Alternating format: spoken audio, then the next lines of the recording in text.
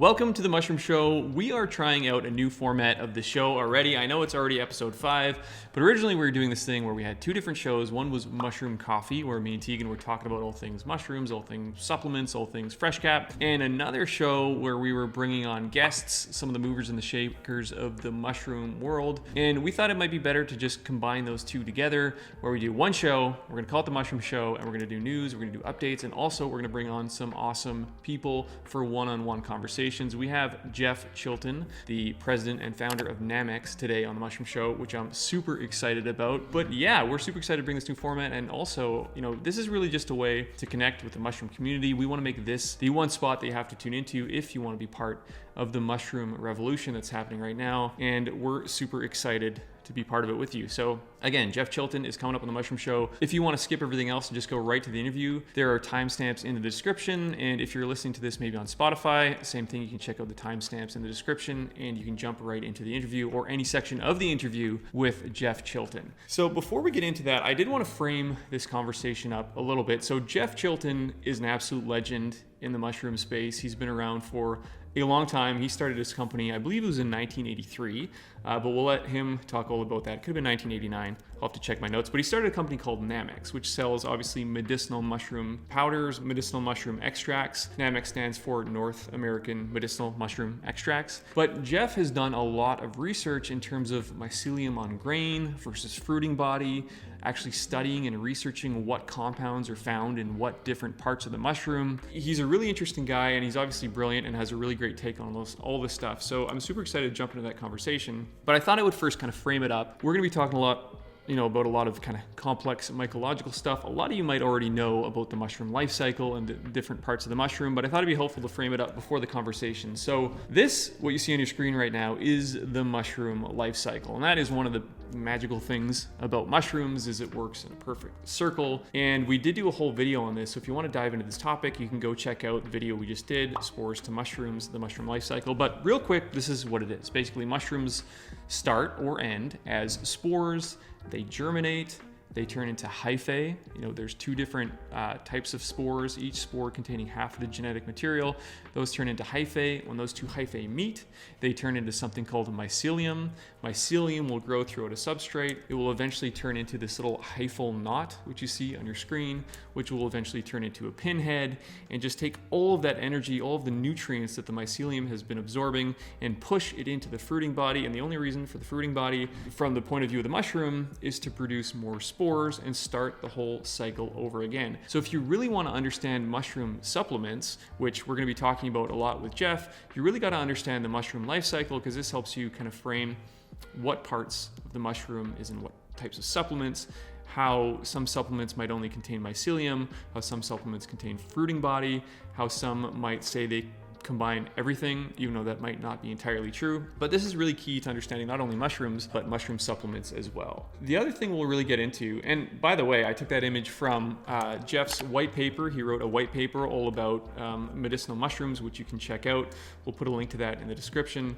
But I also took this image from his white paper, and this is an image, it's like a cross-section of a mushroom cell wall, a mushroom fruiting body cell wall. This is really important to understand, again, if you want to understand all the different things about mushroom supplements and where the different compounds come from, because you might look at the back of a mushroom supplement and see beta-glucan, or it might list the amount of beta-glucans that are inside of the supplement. And where beta-glucans actually come from are the cell walls of the mushroom fruiting body. So if we look at this image, you can see this is the cell wall of the mushrooms right here. And this is this hard thing called chitin, C-H-I-T-I-N. It's pronounced chitin. And it's very similar to something like crab shell, or the exoskeleton of a lobster. I think those are actually made up of chitin as well. But the bottom line is they're really hard, and our bodies cannot properly break that down. And being that the beta-glucans are the beneficial compounds for mushrooms, specifically the ones that help our immune system, we need to find a way to actually make use of those beta-glucans. First of all, we got to know where they come from, which is the mushroom fruiting body, the cell wall of the mushroom fruiting body, as you can see in this diagram. But also, we need to perform a series of extractions to actually pull those beta-glucans out and make them usable for our bodies. I'm hoping this kind of frames the interview with Jeff. Again, if you want to check out this white paper, you can go over to his website. Links are in the description. You can download the whole white paper. He did a lot of really cool studies on all sorts of different mushroom supplements, different parts of the mushrooms, studying the compounds that were inside of them. It's really advanced, but it's really interesting if you want to dive into that topic. So I hope that frames this conversation. And without further ado, we're going to bring Jeff onto the Mushroom Show. So Jeff Chilton, so happy to have you on the Mushroom Show. Thank you so much for being here. Tony, thank you for inviting me. I've really been looking forward to this conversation. Yeah, absolutely. I mean, you're honestly a legend in the mushroom space, specifically in the medicinal mushroom space. And I'm sure a lot of people watching this have probably already heard of you or maybe seen you on another podcast. But for those who haven't, I wanted to just do a really brief review of course, you're new to this thing, right? You're brand new to mushrooms, right? No, I'm just kidding. You've been involved in mushrooms for a very long time. So I'd just like you to do a brief kind of overview of your history with mushrooms and how you got up to this point where you're at today. Sure. Well, I was born in the Pacific Northwest, grew up in Seattle. It's probably the perfect climate for mushrooms. It's as good as anywhere in the world in terms of wild mushrooms. So it's the perfect space for me. I went to the University of Washington, and you have to remember this is the 60s, Tony. So at university, my field of study was actually anthropology, but I was really interested as well in psilocybe mushrooms, Mm-hmm. as were a lot of people. I studied that. I actually took mycology courses as well at the university. And look, very few universities have a mycology department. That's very rare. So I was able to take mycology courses. I put the two together, and I was actually studying ethnomycology, the use of mushrooms as for curanderas, so medicine for food. It was really an interesting time eating a lot of mushrooms. I mean, look, it was a very psychoactive time. So that was all around me. And look, we were also questioning the current order and looking at things and going, there's something wrong here. We want to broaden our base of understanding the world. Now, when I got out of university, what do you do with a degree in anthropology? Well, not a lot. Right. I went to Mexico, and I spent a year and a half in Oaxaca, Mexico, where they discovered magic mushrooms back in the 50s, the rediscovery of psilocybe mushrooms. And so I was down there following that trail kind of as part of my own, let's just say, experiential development and also part of my studies. And so I was back up in the mountains, definitely found a lot of different psilocybe mushrooms, ate a lot of mushrooms when I was down there. And then again, coming back from Mexico, what do I do? What do I get a job doing? Well, there's a mushroom farm 60 miles down the road in Olympia, Washington. I went down to the mushroom farm. I applied for a job. I was there for 10 years, living with mushrooms. It was a very, very large agaricus farm, growing 2 million pounds of agaricus a year. And listen, the beauty of it was that we also had a Japanese scientist there, the head of research and development, who I was able to work with as well. And he was growing shiitake, enoki-take, and oyster mushrooms. So I actually was able to learn about growing those mushrooms. And listen, I was eating fresh shiitake mushrooms in the 1970s. Right.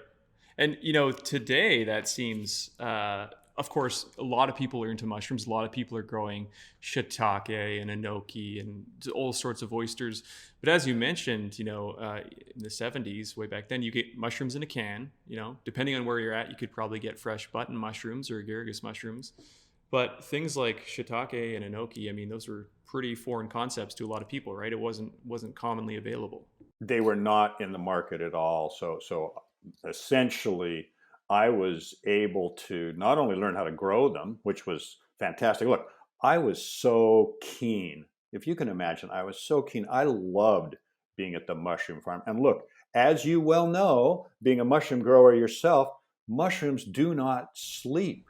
Right. They are always growing. So, on a mushroom farm, you literally are harvesting every single day of the year, because we have like 8 crops and they're on a basic 90-day cycle. So you have crops in every single stage. So it's just a constant flow of mushrooms. The harvesters have to get in there and get them off the bed. That means Christmas. That means New Year's. There is no holiday where you're not in there harvesting mushrooms. So it's quite to be there and to be part of it and to just learn all about making substrates, all about the cropping cycle, the spawn running, how to make mushroom spawn. I mean, look, the 70s too was a really exciting time, because there's a lot of people that I met and came together with that were not at the mushroom farm, that were very interested not only in cultivation but in wild mushroom, because at that time, when I first went to Mexico in the early 70s, that's where the psilocybe mushrooms were. But then we found out that psilocybe mushrooms actually grew in Washington, Oregon, British Columbia. And the next thing you know, you have people all over the Northwest walking through pastures with their heads down, Right. looking at the ground for like Psilocybe semilanceata, and it's just like, so it was a very interesting time in that sense, and there's a lot of people, and we were coming together. We had conferences, and there we actually, some of the conferences, we had people like Gordon Wasson, who was the man that went to Mexico in the 50s and rediscovered with a French mycologist psilocybes growing down there, as well as people like Richard Evans Schultes, Andrew Weil, all kinds of people that were in that whole field of study. It was just a real Albert Hofmann. Wow. I met Albert Hofmann during that period. I mean, can you imagine meeting people like that? And for the people who don't know, Albert Hofmann is the man who discovered LSD. Yep. So these conferences were just amazing, incredible, and they brought together a lot of people. And so we were forming a lot of networks then around the subject of mushrooms. And what happened was that during that period where people were out, for example, looking for psilocybes wild, cultivation, my role in a lot of these conferences was teaching cultivation. And it went from people, oh, I've got to go to Mexico, now to people going, hey, I can actually cultivate mushrooms at home. And, whether it was psilocybes or oyster mushrooms or shiitakes, that was all of a sudden a new thing. And a lot of people were really interested in it. And that kind of really started things off. Yeah, it would have been such a cool thing to be a part of, because, yeah, all those names that you mentioned, I mean, these are all names that are absolutely legendary in the mushroom space. And it seems like we are going through another one of those kind of renaissance periods of mushrooms where it's becoming more and more popular again. We actually just did a video, it might be out by the time you're watching this, about the rise of mushroom culture or the rise of mycophilia in North America. But really, it's kind of the second wave, right? It's almost like the second rise. But the other thing that I wanted to dig into about that time period when you were connecting with people, that was pre-internet. And I think, that's something that a lot of people today don't really frame properly, because if you wanted to learn about this stuff in the 50s, for example, you literally had to go to Mexico. And then people went to Mexico. They brought that information back to the Northwest, and then you were finding mushrooms there. And then, you couldn't just log on to the Shroomery or onto YouTube and learn how to do these things. And, you actually contributed. You mentioned you did a lot of lecturing about growing mushrooms, but you actually wrote a book about this in 1983, co-authored with Paul Stamets, called The Mushroom Cultivator. So I'd love to hear you talk a little bit about that book, what impact it had on the space. I mean, it's a big book, and I'm sure a ton of work went into that, especially at a time, again, when he couldn't just reference the internet. It's funny that you talk about that, because that was a time where books were very important. And uh, before I talk a little bit about the mushroom cultivator, in the 60s, when I was at university, one of the books that was one of my standard books for my research on this whole field was called Mushrooms, Russia, and History. And it was a book written by Gordon Wasson and his wife Valentina.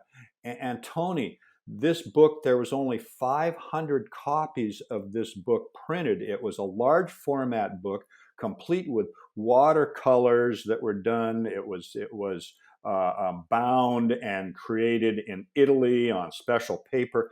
I literally had to go to the rare book room at the University of Washington, and you would sign in, you would go, you would sit down at a table, and they would go get this 2-volume set and bring it down to you.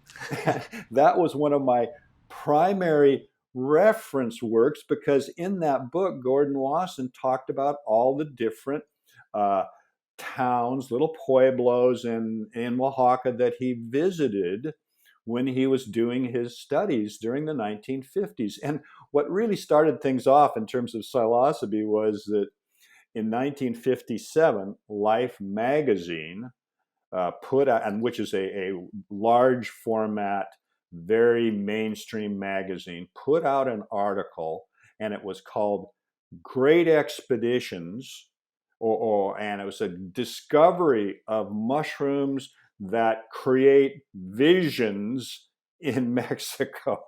And Tony, that just shows you the innocence of the 50s, because it's like, this was like, can you imagine there are actually mushrooms that cause visions? It was so interesting, and it was a fabulous article.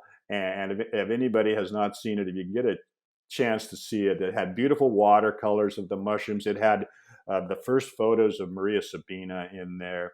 It had photos of Wasson and Roger M., the French mycologist. But that was kind of like part of the basis of a lot of the work that was going on in the 60s. And then, look, in the 70s, with Paul and other people, as cultivation was starting to take off, towards the end of my time at the mushroom farm, I mean, after 7 years of really, I mean, I was working 6 days a week at times, and I knew and met Paul, and he'd already put out a book on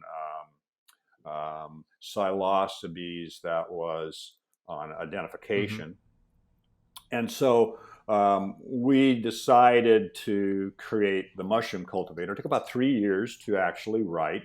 God, can you imagine, Tony? I was writing my section on a typewriter, not even an electric typewriter. You make one mistake and you have to rip the whole page out and start again, Well, I mean, you're using whiteout and all sorts of funny things and then he actually had bought one of the very first word processors. And so we actually put it all into electronic form, and it was one of the original sort of books in that period that was coming out, and it was done electronically. But that was published in 1983, and at that point in time, as it was sort of like coming after a lot of the original small little manuals on how to grow psilocybes on sterile grain. Mm-hmm. And that kind of popularized that particular method of actually just sterilizing grain, inoculating it, growing it right out of the grain from the jar. And this sort of took it to the next level, and actually demonstrated how to use bulk substrates, talked about what was really going on there, whether it be the casing layer and what that was all about, and the different stages of mushroom culture, sterile culture for one, which was really cool. I mean, teaching people how to use Petri plates and to get cultures from a live mushroom or from spores and all of that. So that book was really kind of the beginning of I guess, educating people to real methods of growing mushrooms from lab right on through to the mushroom itself. Yeah, because I guess the best resource before that book would have been like the Terrence McKenna, Dennis McKenna book, the Psilocybe Mushroom Grower's Guide, I believe it was called. And I guess that focused more on kind of a much simpler method to just like, just allow you to grow these mushrooms, just figure out a method so you don't have to go to Mexico, you don't have to find them in the wild. Well, your book went much deeper into, and probably because of your history with agaricus cultivation and understanding how those mushrooms grow, and taking everything you learned there and bringing it to something that's easy for anybody to kind of digest and understand and learn from. Well, and you know what? The beauty of it was, look, with the Psilocybe cubensis, it is similar to agaricus in the sense that it's a pasture mushroom.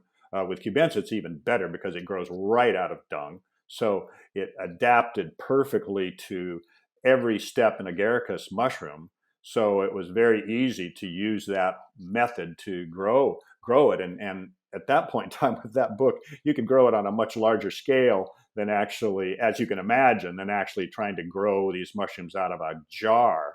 And so yeah, it was a real step forward in sort of, let's just call it the history of home cultivation in the United States. And look, the beauty of it in a way too was that it took the pressure off of Mexico and people going down there to find the mushrooms down there. Believe it or not, and some people don't know this, but in the late 60s, they had so many people flocking into Oaxaca, up into the areas where Wasson had been, and buying mushrooms, eating mushrooms up there, populating the whole area, walking around very high, that finally the Mexican government in 1968 decided to close off the area. It was that bad. So they came in and they put up a roadblock at every entrance to that area in the mountains there in Oaxaca. And then after they did that, they went in and they rounded up every single young person that was down there and deported them. Wow. And that sealing off of that area in Oaxaca, and this is the area where Maria Sabina is. This is the Mazateca. That lasted for probably 12 years or so, where they did not allow anybody in there, and you had to sneak in if you actually wanted to get in there.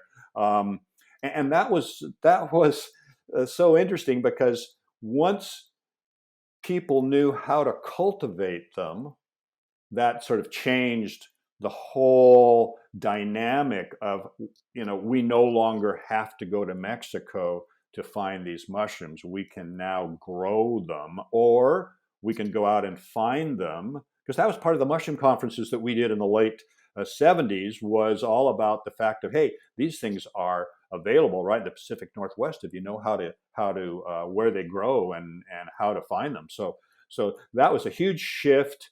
And it's funny because I went back to Oaxaca in 2002, went up to Huautla, and there was like 3 Mexican hippies up there. That was it. There were no gringos at all. It was just kind of a forgotten area. And not only that, now what happened is in the 1990s, with Maria Sabina becoming so popular, and she became like a saint in Mexico, really highly revered, they're now having a yearly mushroom festival in Huautla. And so it's gone from actually excluding people to now having a festival and like, hey, come on to our festival. So it's such a change compared to what it was in the 60s, where this was, and look, a lot of people knew about this area back in the 60s, and they just wanted to go and find them. Just like today, so many people want to go to South America and find a shaman for ayahuasca or things like that. Well, that's what it was like in the 60s, only the Mecca was Mexico. Now, if you can go back to your frame of mind in the 60s and the 70s, I guess the 80s when you wrote this book, when you were thinking about psilocybin mushrooms, I mean, the public narrative around these things has changed dramatically over the years. But more recently, it's coming back to a much more positive narrative. Obviously, you're seeing all sorts of research being done on anxiety and on depression and addiction treatments. You're seeing documentaries like Fantastic Fungi. You're seeing, big businesses that are starting to build business models around turning psilocybin into a therapeutic agent. Could you have imagined this is what 2022 would look like? And, using that same point of view, what do you think it's going to be like over the next few years? Do you think we'll eventually swing back, or do you think it's going to be this renaissance, but a change in the public narrative where more people are understanding the potential power of these mushrooms? Well, it's interesting because a lot of people, I think, don't truly understand the prohibition that was going on back in the 60s, 70s, and so on, because literally in 1965, they started to criminalize all of this. So any of us that were, whether it be smoking a joint or eating mushrooms or taking LSD or something like this, I mean, it was against the law. People went to jail. It was a serious thing. So you were always kind of having to look over your shoulder. And even with these mushroom conferences, it was interesting because people were like, okay, we're going to talk about these things. It's going to go on. People are going to eat them at these conferences, but it's still not fully legal. So you could do sort of things like that. But when it came to buying and selling or possessing or anything like that, well, you had to be very careful, because if you got caught with it, you could you'd end up in court, and you could end up with jail time. And so, the fact of the matter is I never actually thought, after going through the Reagan era and just say no to drugs and all the rest of the drug war, the Clinton years, and all, I never thought, for one, that cannabis would ever be legalized. I thought, no. And then now to see the prohibition lifted for psilocybe mushrooms and for other MDA and ibogaine and all these different psychoactive plants, I'm really encouraged. I'm very happy. I think if we could move away from pharmaceuticals, for God's sakes, that would be a tremendous, tremendous shift that I support 100%. I do not support pharmaceuticals in any way. At times there may be some that are worthwhile, but really for me, that whole pharmaceutical model, I think, is not helpful, and does a lot of damage, as well as some positives. But if we can, in these issues like you talk about, whether it be addiction, whether it be mental health issues, end of life issues, if we can use something like psilocybin or some other psychoactive plant, man, I'm all for it, and I support it 100%. And the clinical trials that have come out, and just the fact of physicians like now in Canada, Tony. I mean, I was attended a seminar 4 or 5 months ago online. There was 100 physicians listening in this seminar to another. He was a psychologist who was treating people in his clinic with psilocybin. Wow. And the interest in it from physicians, from MDs, was amazing. I was just like, God, there was 100 people here listening to this guy. And so I just thought, what a positive sign that this is happening. So I'm quite encouraged by it.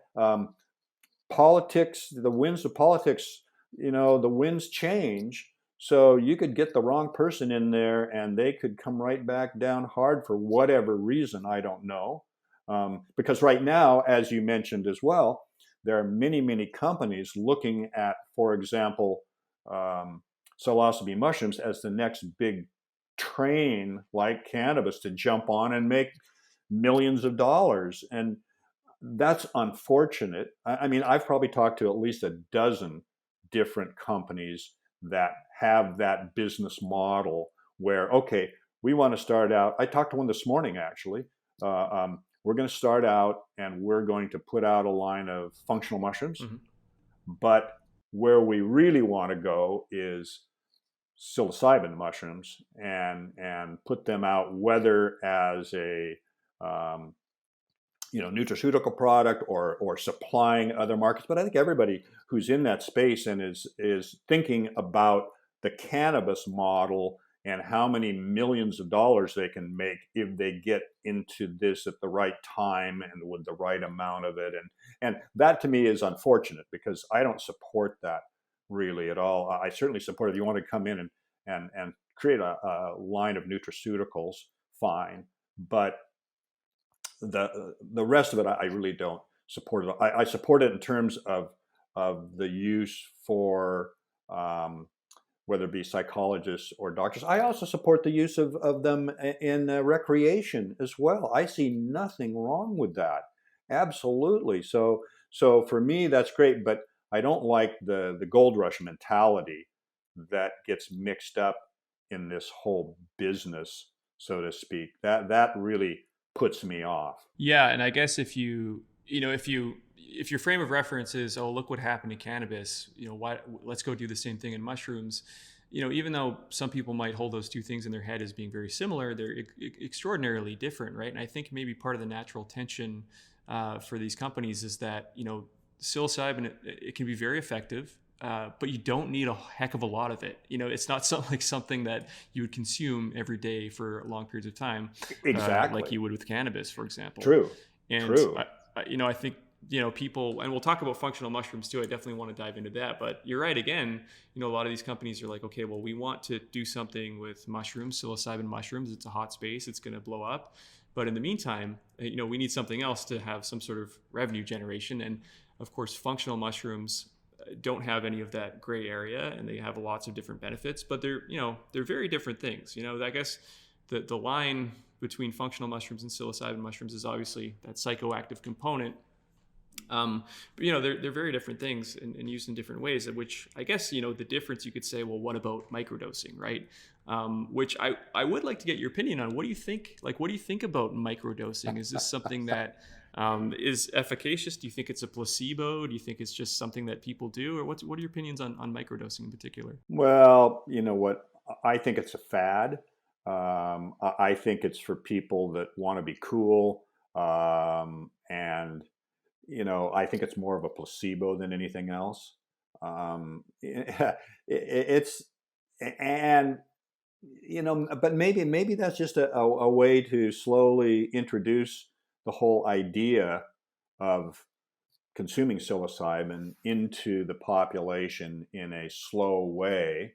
But I mean, look, 100 milligrams, 200 milligrams of mushroom powder. I mean, you're not going anywhere with that. And does it actually heighten things? Well, if you get up to a threshold where maybe you're starting to, get some enhanced colors or some other, energy type patterns or something, well, maybe you can get up to a place where it would be interesting, but does it actually enhance your cognition, or is it a true nootropic for you?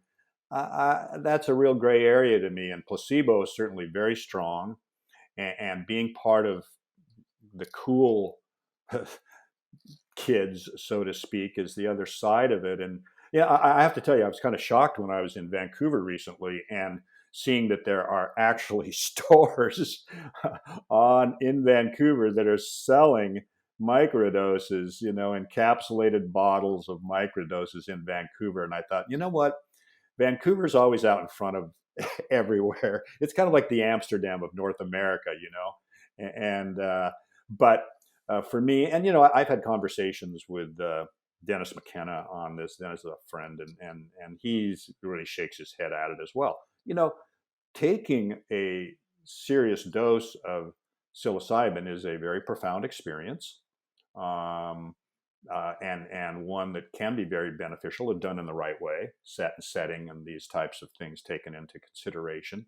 And also, a lot of people would maybe take some psilocybin and go to a party and drink and all that, and then it maybe acts like a speed that kind of keeps you awake and alert, things like that. If you take it at maybe a gram dose or something like that. So I don't know. We're kind of back in that age of experimentation, and the only thing I can say is, at least today, there are guides, there are a lot of information. You know, think about this for a second. In the 60s, we really had no guides at all. We could read about shamans. We could listen to Wasson or maybe Timothy Leary or somebody that, but we had no guides. It was total experimentation. So that's where, to some degree, the authorities could come in and say, "Oh, you're doing this in a way that is detrimental somehow." And some people, of course, like with any particular plant or drug or whatever, are going to abuse it and create situations so they can point to those and say, "Oh, because of that, we're going to make it illegal." So it was a very difficult time that way.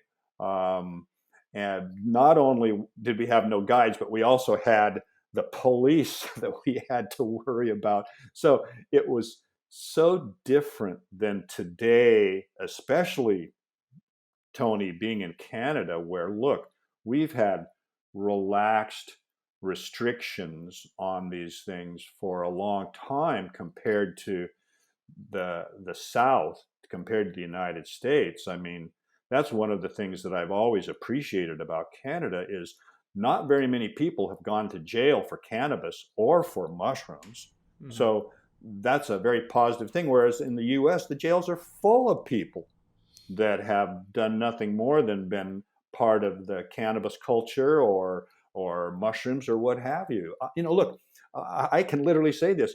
I've got many friends that have gone to jail. How many people do you know that have actually gone to jail for cannabis or growing mushrooms or something like that? I've got half a dozen friends that have.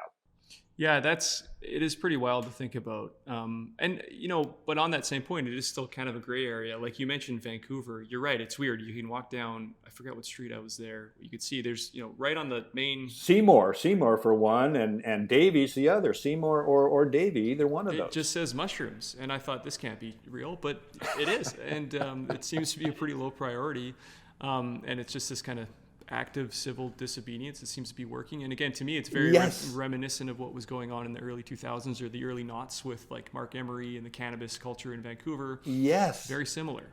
Absolutely. Absolutely. They're just kind of pushing the envelope a little bit, and it just kind of portends the beginning, I would say, of probably decriminalization and ultimately, legalized in some way, much like cannabis. I mean, I can see that coming, but they're going to have a lot more restrictions, I think, than they have with cannabis. But still, the key thing is that we have more people to look to for information and guidance. Mm-hmm. And that's what's so different from the 60s. This was something absolutely brand new. And not only was it new to those of us who were actually using these plants, but we had the pushback from our culture that was very, very strong and powerful. Yeah, and I do think that's interesting. You mentioned we do have a lot of guidance now, and as these rules change, hopefully they become a lot more sensible.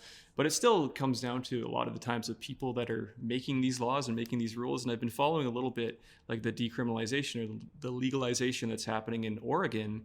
And there's just some really goofy stuff that's going on that just makes you think maybe we're not getting smarter. Like, for example, one of the things I was reading about was they're going to restrict which type of substrate you're allowed to grow these on because there are wood-loving mushrooms that are poisonous, like Galerina marginata, for example. So you're not allowed to grow Psilocybe cubensis on wood because it could be confused with a poisonous wood. It makes no sense. So, Oh they were my mentioning, well, God. you could grow it on something else like popcorn or something like that. So it's literally like, people are just going on the shroomery or something and finding these myths or finding these like untruths and building policy around it, which is really strange. And I think we need people who really understand this stuff to lead the policy, but that doesn't always happen. Yeah, it's funny. It's kind of like the more things change, the more they stay the same. And you have people out there that are just, bureaucrat regulatory types that love that, and they look at any little thing and they will decide, oh no, you can't grow this on a certain substrate because of, like, what you mentioned. And it makes absolutely no sense at all. But senselessness is very common for those types. Yeah, and the other thing I thought you mentioned was kind of interesting, kind of sad actually, the fact that you know people that are in jail for this type of thing. But then, by the same token, you can have, people like Michael Pollan, who wrote an awesome book. I think it's really great and really changed the minds of a lot of people on these substances. It's called How to Change Your Mind. But he talks about his personal experience with psilocybin and these other psychoactives, which again I think is great. I think it's a great book. I think it really has opened the floodgates for a lot of people to kind of try and understand this stuff. But it's just so funny. You can see such a difference between some people that can talk about it and that's totally fine, whereas other people, they might be growing a PF cake or something and end up getting in legal trouble. It's just such a weird time. Oh, it is. But again, I guess I feel I have a very positive feeling about the fact going on right now, and I'm just hoping that the government doesn't decide to, you know, digress, let's say, and because I mean, governments are really all about control, and this is something that is very difficult for them, and certainly difficult them in the '60s. Can you imagine a whole generation of young people in the '60s that said, well, you know what, maybe alcohol's not all that great. Maybe we should just smoke weed instead, and the culture just going crazy over it. Like, are you out of your mind? Well, yeah, maybe we were, but we were rejecting a lot of things, and that was something that they really could not handle. I mean, look, part of what was going on too, Tony, which you have to remember, was we were in the middle of a war, Hmm. and my generation was being drafted, and drafted means that you have to go whether you want to or not. So that was another thing that was happening, where we just looked at the government. They're lying to us, and they're taking us away to kill people 5,000 miles away in some small peasant country. I mean, it was an insane time. There's just a whole lot going on back then. Yeah, and it almost seems like it's another cycle, and there's a lot going on now. It's obviously different, maybe of a different magnitude, but it seems like we're at one of those moments where a lot of things are changing, and this is just one small part of it. But I agree, it is a really interesting space to follow, and over the next few years, I'm really excited to see where it all goes. I did, on that note of the cultural shift and the awareness of mushrooms, I did just want to quickly get your opinion on Fantastic Fungi. Obviously, this has been a thing, once it hit Netflix, it had an explosive effect on the whole mushroom space, from, again, nutritional and functional mushrooms to psilocybin mushrooms. Have you seen the film? What did you think about it? What are your views on Fantastic Fungi? Well, you know what? I mean, I love the images of that movie. I mean, the images were just incredible. I mean, plants are very interesting, but to see mushrooms through the time lapse, and you can just imagine too the whole idea of, for humans to see these mushrooms growing, uh, and it's kind of like, when I talk to a lot of people and they say, oh yeah, mushrooms, they just seem to come up overnight, and I'm like, well, you know what, actually most mushrooms do not come up overnight. They're actually there. They have been there for probably a week anyway. But the reason you think that is because you didn't even notice them until they reached a certain size. And then all of a sudden it's like, oh my God, there's that mushroom. It wasn't there yesterday. Yes, it was there yesterday. There's very few mushrooms that come up that quickly. Maybe a caprinus or something, or maybe if you're in the tropics. But where we live, no, mushrooms come up. It takes them weeks to get up to full maturity.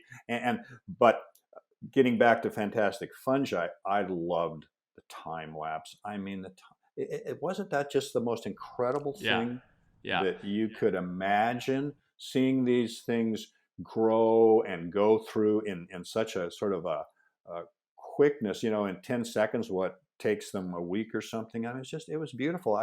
Louis, the man that did all of that, God, I just can't imagine the hours of yeah. setting up your camera and waiting and getting the right moment and all of the rest. I mean, what a work that he produced. So yeah, I like the film, and I think the beauty of the film was that it really introduced people, um, who weren't as aware, which most people aren't, of this whole kingdom of fungi, which is, it's out there, it's sitting there between plants and animals. We're finally starting to appreciate it and learn more about it.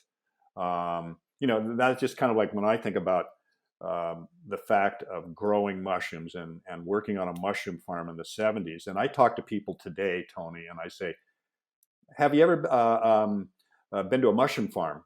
No. Maybe 1 out of 100 says, yes, I've been to a mushroom farm. Do you know how they grow or anything about it? Well, no, nobody knows it. Why? Well, because they're grown indoors. You drive right by it. Maybe if it's a big agaricus farm, you're going, oh my God, this stinks, something Yeah. like that. But as a mushroom grower yourself, you know what it means in terms of people like, I had no idea how they grew. Uh, Nothing like, it's not like going by a field and seeing strawberries or grapes or corn or something like that, which we all know. But a mushroom farm, it's something very different and odd and kind of mysterious in a way. And so yeah, I think anything, and we're getting more and more information out to people now about mushrooms, and so I sort of feel like it's just been this very slow evolution. I mean, when I went to the mushroom farm and started there, I was just, right away, I knew this mushroom was something that was powerful, that was nutritious, even though classical nutritionists said mushrooms have no food value. Mhm. It's like, because they have no calories, they have no food value. So to see it all of a sudden, like maybe around 2015 or so, to really hit what I'd call escape velocity here, Mhm. and now become something which I think is going to be more than just a fad and trendy. But right now, I mean, my God, every time I turn around, there's another article written about mushrooms, Mhm.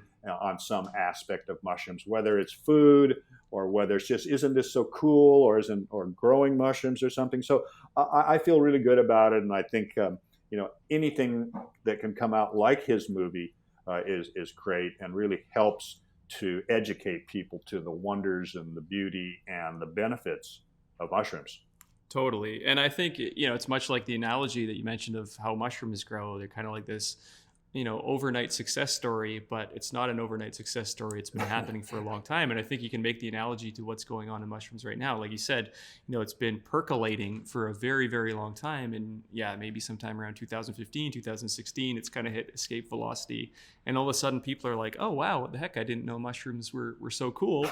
And I'm sure guys like me and you are like, I know, we've been talking about it for as long as we can remember. Well, I know So it's almost like when you hear a song from a new band and all of a sudden they're like the thing, and you go, "Wow, where did they come from?" Well, they've been out there grinding it out for the last 20 years, small clubs, pubs, you name it, and all of a sudden they finally reach the point where people notice. absolutely. But I mean, people are, learning about the benefits of these things. And maybe we can shift into talking about functional mushrooms, because the medicinal mushroom, functional mushroom, I call them functional mushrooms, but, the non psychoactive medicinal mushrooms are becoming obviously more popular. But it's not like it's something that's new, right? I mean, people have been using these mushrooms for hundreds, if not thousands of years. It seems new to a lot of people in North America, but there is a really long and storied history. And I think that's why it's not necessarily a fad. It's more so of a trend, of a general kind of adoption of mushrooms and the benefits of functional mushrooms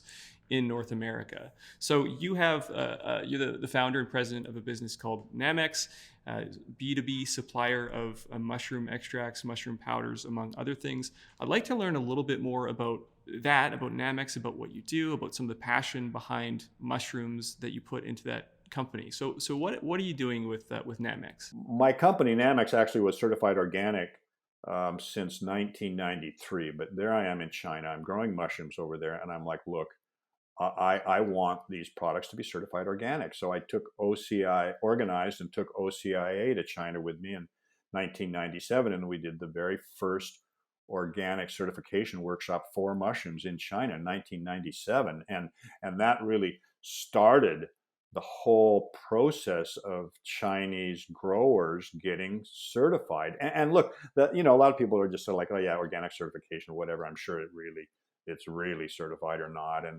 yeah, the Chinese are doing it. Okay. Well, I mean, these are German certifiers, and that too. I mean, it's like you get high quality certifiers coming in, and if they're doing, and we test, all of our products too for heavy metals, for pesticides and everything. So it's a real thing. But that was 1997, and now there's like thousands of tons of organic mushrooms being produced in China. But that is literally the only place that you can go to actually produce functional mushrooms and then produce extracts from them. And the products, I mean, look, the Chinese are amazing. They are such well organized. You want to get something grown over there. Next year they're doing it. It's really a wonderful place. I really like my Chinese partners over there. They're fantastic people to work with. I've been working with them a long time.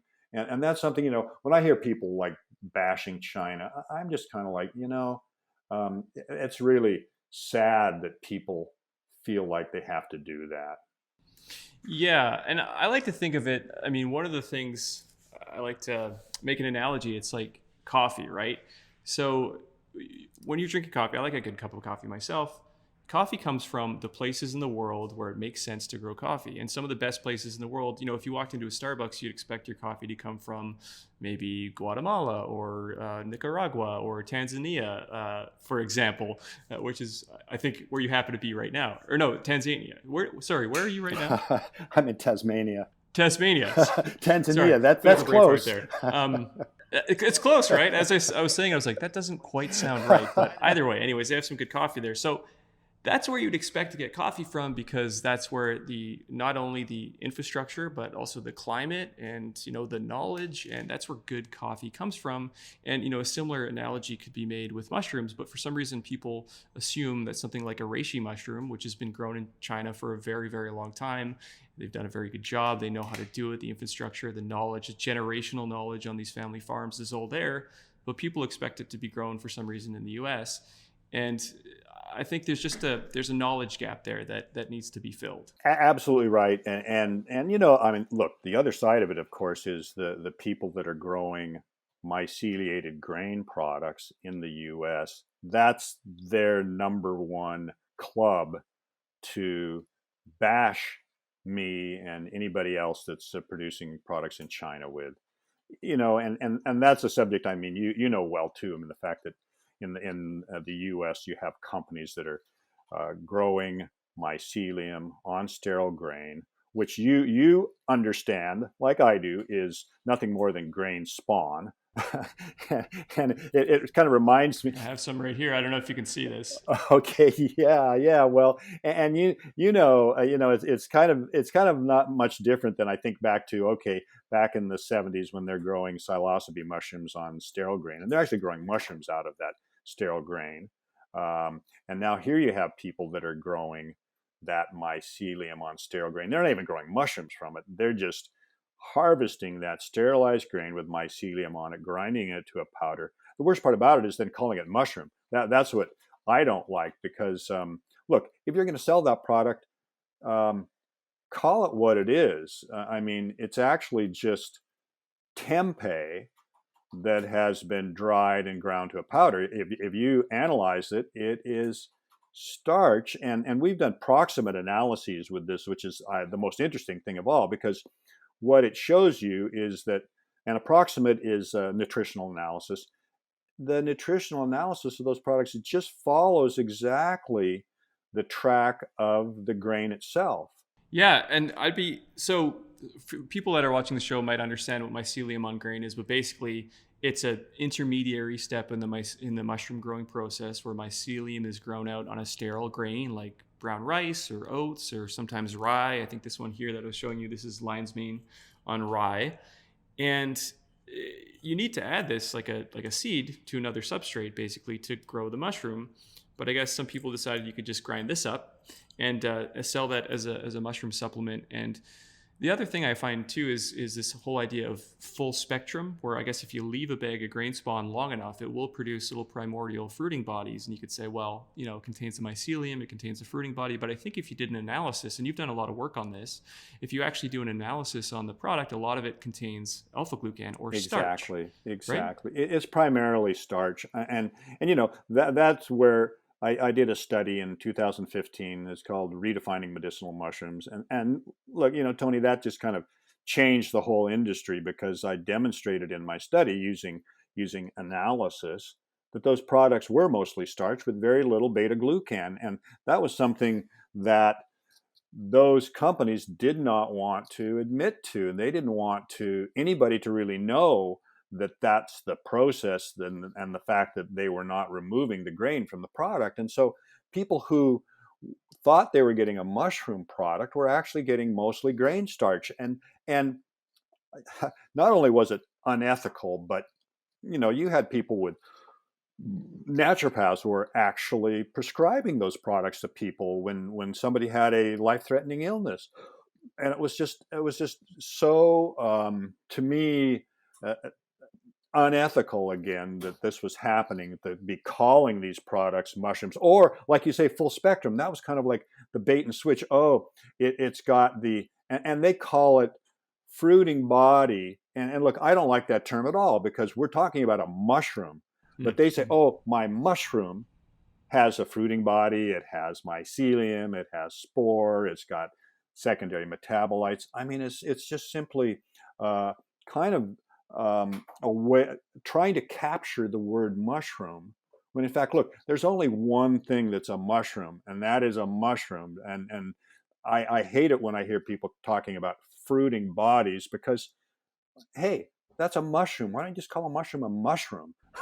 It's like, no, they use that to define their products and say, oh, our mushroom has all of these parts. No, not at all. This organism that we call a mushroom actually has 3 plant parts, and that's mushroom, mycelium, and spore. Mm-hmm. That's it.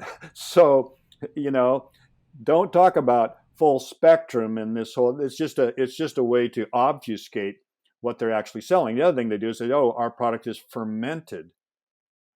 So we have fermented mushroom. No, you don't. You are fermenting grain. You're not fermenting mushrooms. You're fermenting grains. And no, it's not. It's a fermented product, much like tempeh is, because you're selling tempeh. That's what you're selling. So I push back on that. Boy, did I catch a lot of flack, and none of those companies like me very much. But what that has done is now actually companies selling these products will actually put on their labels X amount of beta glucans. So trying to get some kind of standards for this mushroom product that was not there before has been very, very important to what we do at Nammex. So that whole part of analysis, we love analysis. We think it's very important. And so we analyze for all of the compounds that we feel are very important. And I think that's ultimately what you have to do to claim that your product has at least the ability to produce benefits. A lot of people say, oh yeah, well, I gave it to my brother-in-law and it cured his this or cured his that, and they use anecdotal information. Look, it's anecdotal information. Right. You can't, with those products, you can't claim things if you, for example, don't have the beta glucans that you should have, if you're mostly starch, if you don't have the ergosterol that you should have, that actually can demonstrate that this is a genuine product. And that to me is what I think you have to do. Doing all these studies with these products, I'm going to do this in vitro or this in vivo study. It's meaningless, in my opinion. Okay, it's great. Researchers can do all that they want. They can come up with certain results on that. But the bottom line is, if you're in business and you're selling a product, well, validate that product through analysis and demonstrate the fingerprint that you have is what you should be seeing. And we do that by, we've got a fingerprint for a dried mushroom. And for every single species, we have that fingerprint. And then we want our products to follow that fingerprint and show the same profile. Yeah. And when you say fingerprint, you're referring to the HPLC fingerprint when you do the analysis. Chemical fingerprint. Yep. Like the beta glucan, the alpha glucan, the ergosterol, which is done by HPLC, ergothioneine, the same. I mean, those are important. Those demonstrate that you actually have a fungal product, not a cereal grain. Right. So just quick to frame it up for people too, you talk about beta glucan, which obviously is one of the most important compounds in the mushroom. And it is a compound that is, responsible for, among other things, immunomodulating, the immune supporting benefits of mushroom.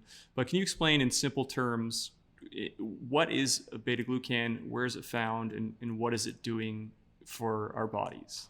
Well, a beta glucan is a polysaccharide. so this is a chain of sugars. It has a certain branching to it, which is very important. So this beta glucan, and this is what makes one species different from the other, is the branching, and what I call is the architecture of the beta glucan. So that's why a reishi or a turkey tail is in fact have immunological potentiation capability, whereas other mushroom species really do not, or they do on a much lower level. So that branching is very important to the beta glucan, and that will differentiate one species to the other. Those beta glucans, we have receptor sites in our intestines that are specific to beta glucans, which is interesting, and there's a whole program on that. But the fact that when we eat a mushroom or whether we supplement with a mushroom, those beta glucans will link up to those receptor sites, and that will stimulate the production of immune cells, whether that is T cells, macrophages, so different cytokines. And that's, to me, the way I like to look at functional mushrooms is they sit in the background. They're like, I think mushrooms are preventive medicine, is what I think. They really are there. Just like if you take a vitamin. Why are you taking a vitamin anyway? Where you say, well, you know what? I might not be getting enough vitamin C. I might not be getting enough vitamin D. That's why I'm taking a vitamin. It's prevention. And I look at mushrooms in pretty much the same way. And I think that's the best way to look at them. You don't look at them and say, oh, God, I've got a cold today. I'm going to take some mushroom supplements and tomorrow it's going to be gone. That's not how it works. And I don't care how many people on Amazon come back and say, oh, this product is amazing. It cured my this or cured my that. Look, they work over the long term. You have to incorporate them into your health regimen. That's what you have to do. It's not something that you just do for a week and go, oh, great, that cold is gone and I've cured myself of that viral illness. No, you incorporate them, just like I'm always telling people, eat mushrooms, put them into your diet. They're a very important food. You're going to get the beta glucans in that food. Even before you supplement, eat mushrooms. They're a wonderful food. So back to the beta glucan. So the beta glucan is really the key compound in these mushrooms, and the scientists have told us that. And it's one of many, but it is the most important. And I think that's wonderful because it does help potentiate our immune system. Mm-hmm. So if we have some kind of, whether it's a microbial illness or something that is trying to challenge us, and I look at it in that way. Look, we're being challenged all the time by different forces, whether they're microbiological or something that we've eaten or whatever it is. We're being challenged, and so this just helps us meet that challenge, and that's why you have to be consuming these regularly, and that's part of prevention. Just like, to me, the foundation of health is our diet. Without a good diet, you're not going to be healthy. And look, these mushrooms are not going to help you either if you have a terrible lifestyle. You're not eating right, you're not exercising, you're just, you're drinking too much, you're smoking, whatever it is. No, they're not going to help you that much. They're part of a broader, holistic picture of health, a functional health program, how we adapt to the world around us. And the beta glucan in mushrooms is the absolute key. If your so-called mushroom product doesn't have beta glucans, it is not a functional mushroom product, period.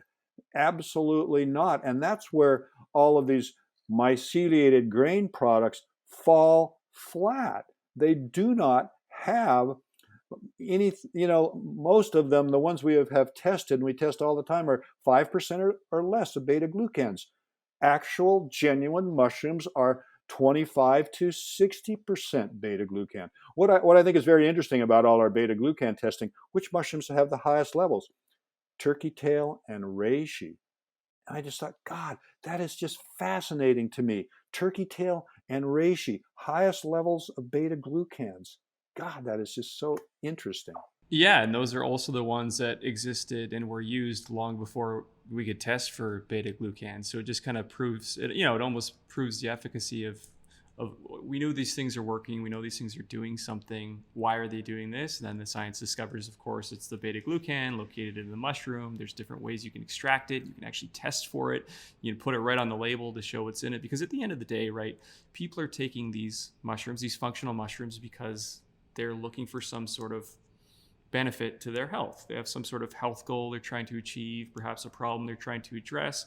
And the thing that does it is the compounds inside of the mushroom. So you can call it whatever you want, but at the end of the day, it's the compounds that are in there that are actually making the difference, which just, brings back the idea of the importance of you need to get the product that actually has the compounds. And, that comes from the mushroom, and it comes from proper extractions of the mushroom. And luckily enough, we can test for that, right? So, man. Well, listen, Tony, just on that, can you imagine?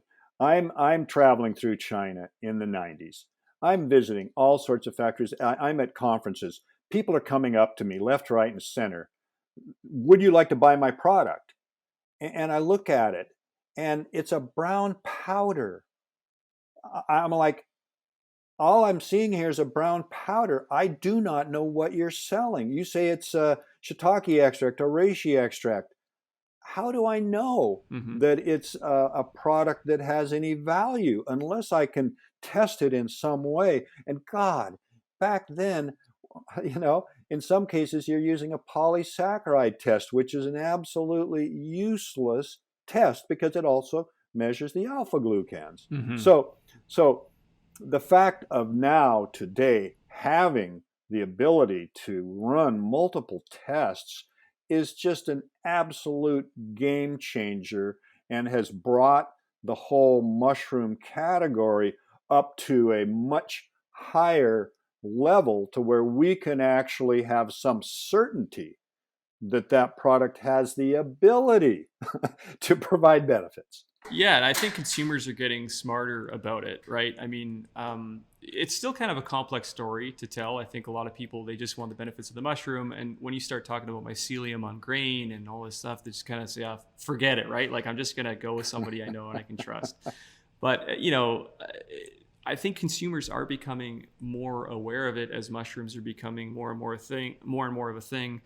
And like, for example, you mentioned it, sometimes you don't know what you're getting, but there was that study, I think it was done in 2017, where they tested a bunch of random mushroom products, and they realized that like 75% of them didn't actually. That was the United States Pharmacopoeia that did that, I believe. Is that the one you're talking about, or are you talking about the Megazyme AOAC test or paper? I believe it was the former, and they tested a bunch of reishi products, and they were trying to say, well, okay, how much Ganoderma lucidum or how much reishi is actually in this product? And not only did they're finding, they were assuming maybe we're going to find some pretty low levels, but sometimes they're finding products that didn't have any. And it's just like, well, what is that? And it could be something that's high in maltodextrin, or it could be something completely different, because consumers get this, this dark powder, like you mentioned, and they might not know what it is. I mean, if it tastes bitter, I guess that's a pretty good clue. But again, the good thing is you can test for those things, right? Especially in reishi, you can test for beta glucan. Should have really high levels of beta glucan. You can test for triterpene too. Should have high levels of that, depending on what type of extract it is. So I think we're getting to a point where more and more people are becoming aware of the subtle difference, the not so subtle differences between all the different types of mushroom supplements. And I think it's great. The smarter the consumer is, the better it is going to be for the industry as a whole. Oh, I totally agree. And that study by USP was a really important study, and they showed that only 5 of the 19 products that they tested actually had the proper polysaccharides, the proper beta glucans there, and even had triterpenoids. So it was really a great study, and the same with the AOAC study that used the Megazyme test.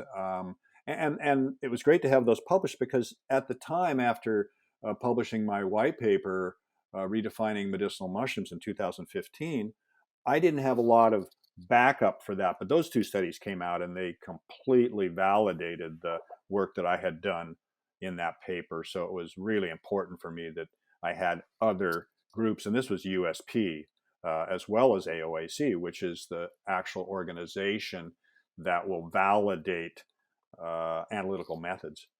Yeah, that's absolutely fantastic. And again, that paper, if anybody listening or watching wants to go read it, it's available on your website, nammex.com, and we'll put a link in the description so people can go ahead and read it. Again, it really goes in depth. There's a lot of information in there.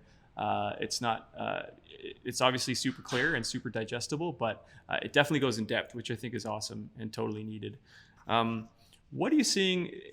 We're talking about functional mushrooms up to this point. What are you seeing in the future? Of course, we've seen a huge wave of growth towards people learning about these things, towards people using these things. What are you excited about over the next couple of years, say 3 to 5 years, in the world of functional mushrooms? Well, there have been a couple of things going on in the industry for some time now, which are disconcerting to me. One of which is, in the natural products industry, Tony, and especially nutritional supplements, there's been a real push to make them adhere to pharmaceutical standards. And there's a lot of people in the industry who have not been very happy about that. I have not as well, because the fact is that we're not selling pharmaceuticals. We're selling natural products. We don't want to be pushed to the point where, some people, for example, would look at a heavy metal analysis, and maybe they would see zeros there and think, "Oh, this is wonderful. 0, 0, 0, 0. No lead, no arsenic, no cadmium, no mercury, anything like that." I would look at that and I'd say, "There's something wrong here. It's not a natural product anymore because you don't have any of those there." So it's that is one of the things that I worry about as they push more and more and more for natural products to look like a pharmaceutical and be judged by pharmaceutical standards. And for those people who think that the supplement industry has no regulation, you have no idea the regulations that we go through and what we have to adhere to produce a product and put it into the market. They are very strict. That does not mean the product is a good product. It could be a myceliated grain, and it could meet all the standards. Um, um, Otherwise, I'm really. It's wonderful that we've reached this point with mushrooms and functional mushrooms, and also mushrooms as food. I think that's a really wonderful trend. I think, there's so much innovation out there right now. And we're going to see all sorts of interesting new products. I mean, my God, as a raw material supplier, we're supplying all sorts of beverage companies now. Mm-hmm. And that has been really interesting in and of itself. That now, and I don't know if you've looked at the beverage coolers these days, but all of those sugary drinks are slowly being moved out, phased out to some degree. And now we have a lot of functional beverages that I think are so much more interesting and have real benefits, not just some, Monster or Red Bull or Coca-Cola or something like that. So that's an area that I'm really, really enjoy and think this is something that's been necessary for quite a while, even as well as just the vegetable drinks and things like that. I mean, it's really interesting. The other thing is more and more of functional mushrooms being put into food products. Hmm. I think that's a great trend there. Some people, it's kind of like, yeah, they're putting mushrooms in everything. Yeah, that's a horrible idea. but the fact is it's just so interesting. I mean, just in terms of food products out there now and the innovations of young people like yourself and all of the new companies that are coming out, and so I look at all of those trends, and I just think it's really a positive.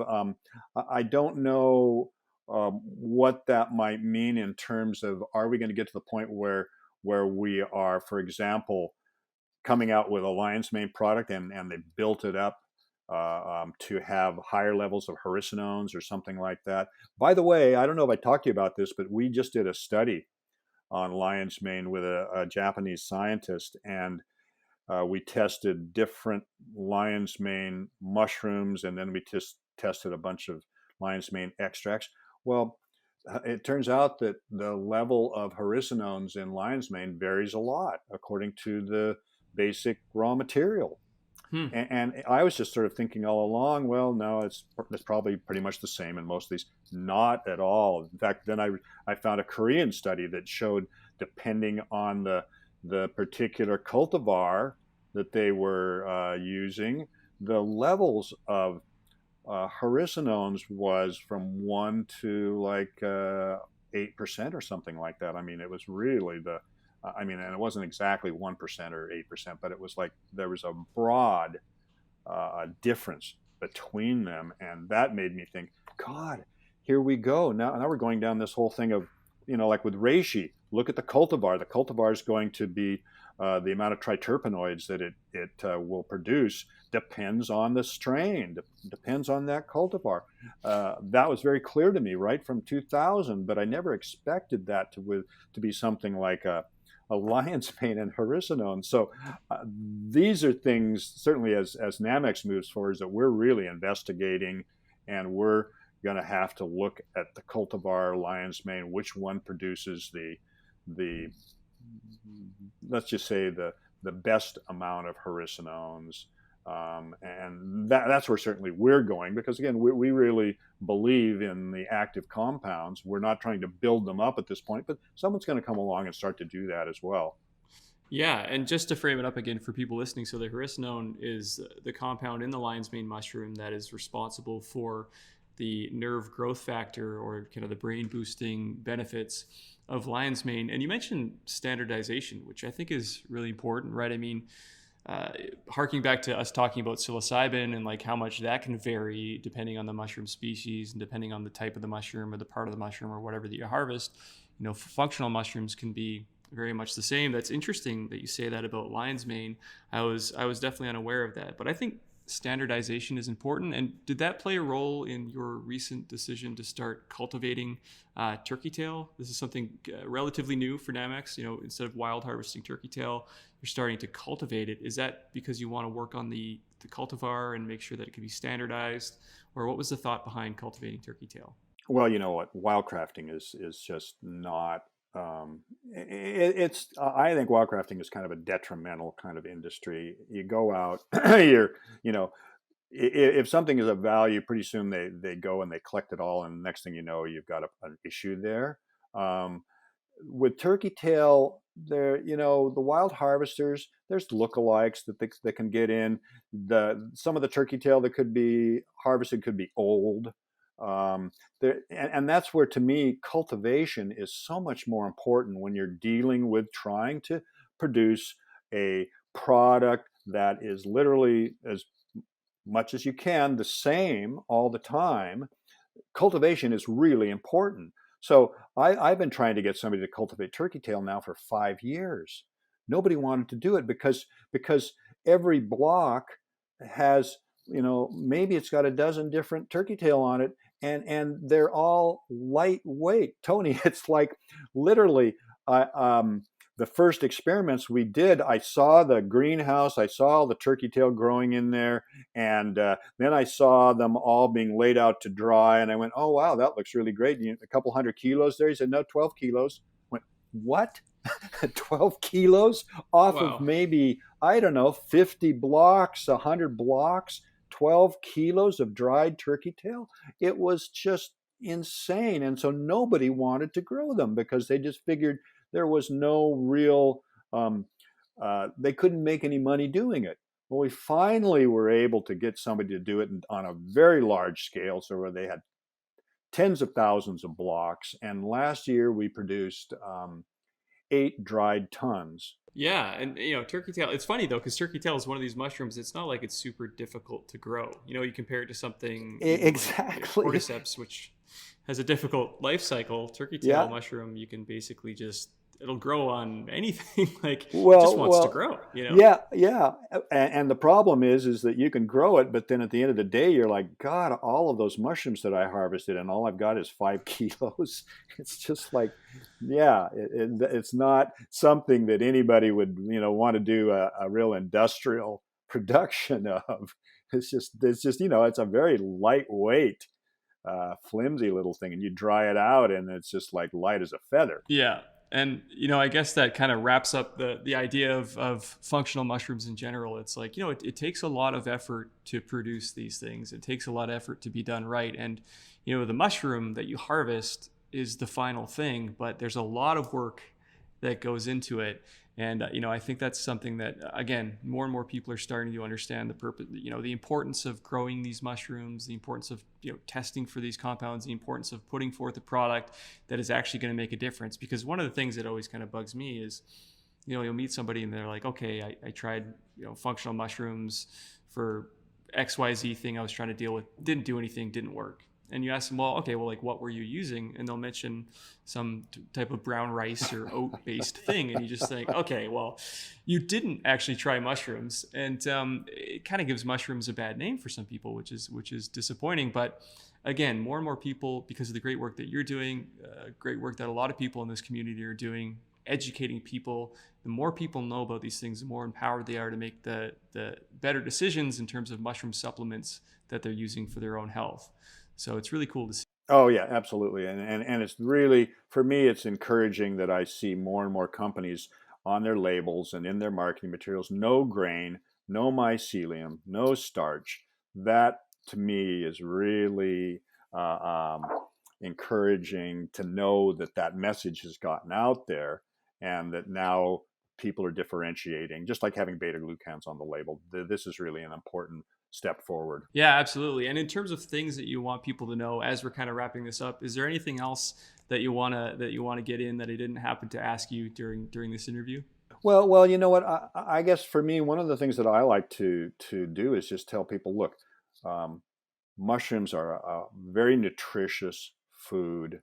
Most of the carbohydrates in mushrooms, and they're mostly carbohydrate, are slow-acting carbohydrates like mannitol, like trehalose. They're what you want. They're not this high glucose sugar that will take you up and then back down. No, it's slow-acting. They have good amounts of B vitamins, potassium, phosphorus. I just put mushrooms into your diet.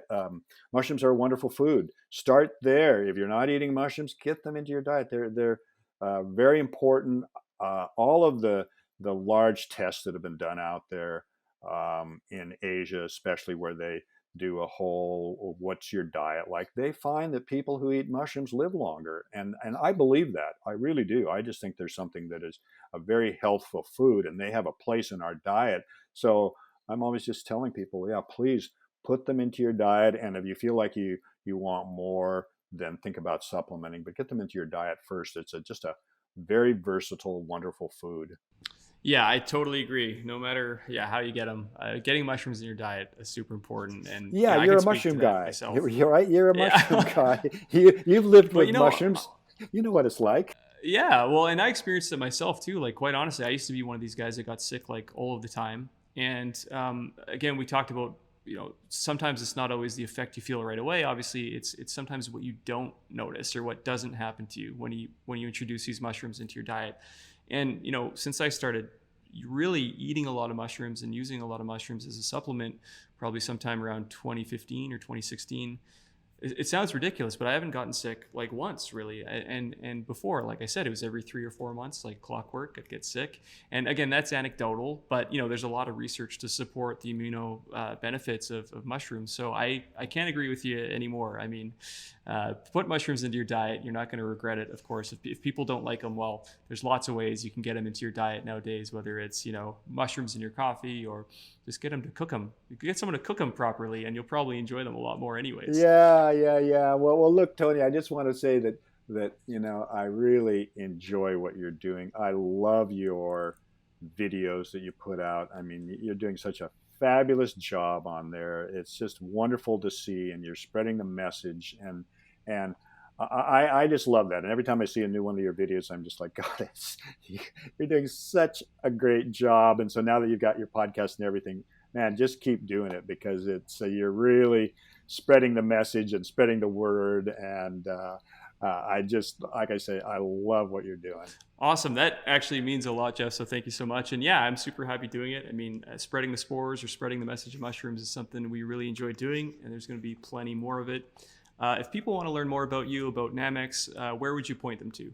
Well, website's nammex.com, NAMMEX.com. We've got a lot of educational material there. And also our retail site is realmushrooms.com. And there's even more information on that site for people. And again, I really just like to see people get educated about what's going on with mushrooms. And both sites have a lot of that kind of information there. So come to the site, check it all out. Lots there to see. Awesome. And yeah, I highly recommend going to check out both of those things.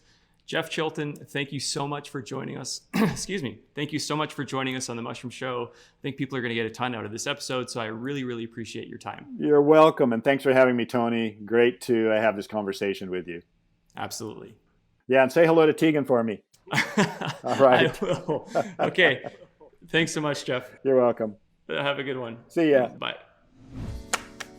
So that was awesome. Obviously, Jeff, again, is an absolute wealth of knowledge. That interview went a little bit of a different direction than I thought. He's been around for a long time. Like I said, started to get interested in mushrooms in the 70s, all through the 80s. An incredible array of different topics, everything from psilocybin mushrooms, which we dove into a lot more than I thought we would, trips to Mexico, and really writing the book and teaching people all about those things. It was really great to get all his views. And I think, again, Jeff Chilton is such a important part of the mushroom space and the mushroom industry. He's doing some really cool things in terms of moving the whole industry forward, in terms of quality of his supplements, testing, and some of the cool things that they're doing. So I hope you enjoyed that conversation. And again, if you want to learn more about Nammex, if you want to learn more about what they're doing, make sure you post the comments or you check the links in the description. And also, if you have any comments or whatever, or if there's stuff you want to talk about in future episodes of The Mushroom Show, make sure you let me know in the comments. Again, I'm trying to make this a show where we can come every week, connect with the mushroom community, bring on cool guests, talk about different topics, talk about mushroom news, and make it the one spot that you got to be at for the mushroom revolution that is happening right now in front of our eyes. So thanks again so much for being here. Thanks for watching The Mushroom Show, and we will see you in the next episode.